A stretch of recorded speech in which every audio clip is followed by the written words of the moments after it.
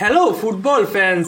এই মাসের বিশ্বকাপ বাছাই পর্বের প্রথম ম্যাচে চিলির বিপক্ষে ৩-০ গোলের ব্যবধানে জিতেছে আর্জেন্টিনা, যার দ্বারা মেসি ও ডিমারিয়াকে ছাড়াই বিশ্ব চ্যাম্পিয়নদের নতুন শুরুটা ভালোভাবে হয়েছে।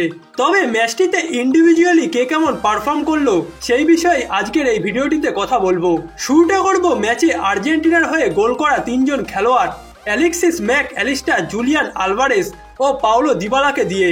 ম্যাচের দ্বিতীয়ার্ধের শুরুতেই আর্জেন্টিনাকে প্রথম লিড এনে দেওয়া গোলটি করেছিলেন অ্যালেক্সিস ম্যাক অ্যালিস্টার। আলভারেজ ও লাউতারো মার্টিনেজের কম্বিনেশনে তৈরি করা বল বক্সের মধ্যে ভালো জায়গায় পেয়ে যান তিনি, যেখান থেকে গোল করতে কোনো ভুল করেননি লিভারপুলের এই তারকা। গোলটি বাদেও ম্যাক অ্যালিস্টার যতক্ষণ মাঠে ছিলেন নিজের দায়িত্বটা ঠিকই পালন করেছেন তিনি। এছাড়া ম্যাচটিতে দ্বিতীয় গোলটি করা Julian Alvarez pure magical performance দিয়েছেন।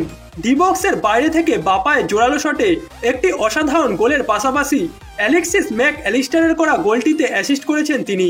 এছাড়া তার ও লাউতারো মার্টিনেজের মধ্যে যে বন্ডিংটা এতদিন ধরে মাঠের মধ্যে খুঁজছিলেন লিওনেল স্কলোনি, তা আজ চিলির বিপক্ষে দেখা গেছে। যদিও লাউতারো ম্যাচটিতে কোনো গোল বা অ্যাসিস্ট পাননি, তবে পুরো ম্যাচে বল পায়ে সক্রিয় ছিলেন তিনি।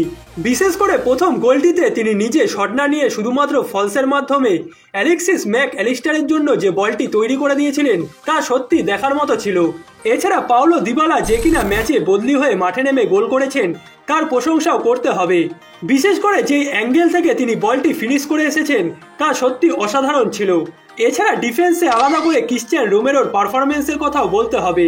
ম্যাচটিতে এক কথায় তার পারফরমেন্সটাকে ব্যাখ্যা করতে গেলে আর্জেন্টিনা ডিফেন্সের দানব বলা চলে তাকে। ম্যাচটিতে কোনো ভুল পাস কিংবা মিসট্যাকেল করেননি তিনি, রক সলিড ডিফেন্সিভ পারফরমেন্স দিয়েছেন এবং নিঃসন্দেহে বর্তমান ফুটবল বিশ্বের সেরা সেন্টার ব্যাক এই আর্জেন্টাইন। এছাড়া শুরুর একাদশে থাকা ইমিলিয়ানো মার্টিনেজকে এই ম্যাচটিতে খুব একটা কিছু করতে হয়নি। তার পাশাপাশি ডিফেন্সে নাওহেল মলিনা, নিকোলাস ওটামেন্ডি ও লিসান্দ্রো মার্টিনেজরা নিজেদের জায়গা থেকে পারফরমেন্স ভালোই করেছেন।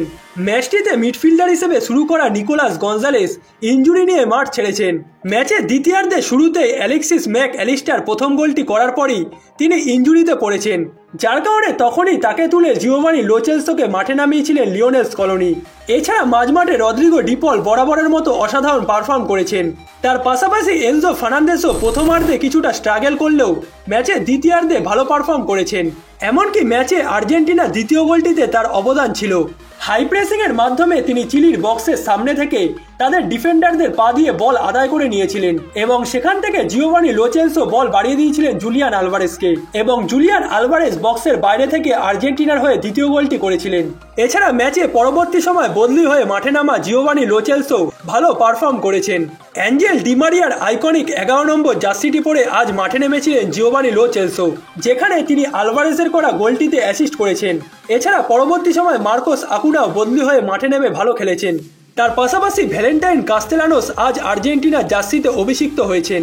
এছাড়া অ্যালেসান্দ্রো গার্নাচো ম্যাচের শেষ 10 মিনিটে মাঠে নেমে একটি অ্যাসিস্ট করেছেন। পাওলো দিবালার গোলে অ্যালেসান্দ্রো গার্নাচোরই অ্যাসিস্ট ছিল, যার কারণে ওভারঅল দেখতে গেলে এই ম্যাচটিতে দলীয়গত পারফরমেন্সের কারণেই জয় পেয়েছে আর্জেন্টিনা। যদিও ম্যাচের প্রথমার্ধে তারা ভালো পারফর্ম করতে পারেনি, তবে দ্বিতীয়ার্ধে দলীয়গত কামব্যাকের মাধ্যমেই এই ম্যাচটিতে জয় তুলে নিয়েছে আর্জেন্টিনা।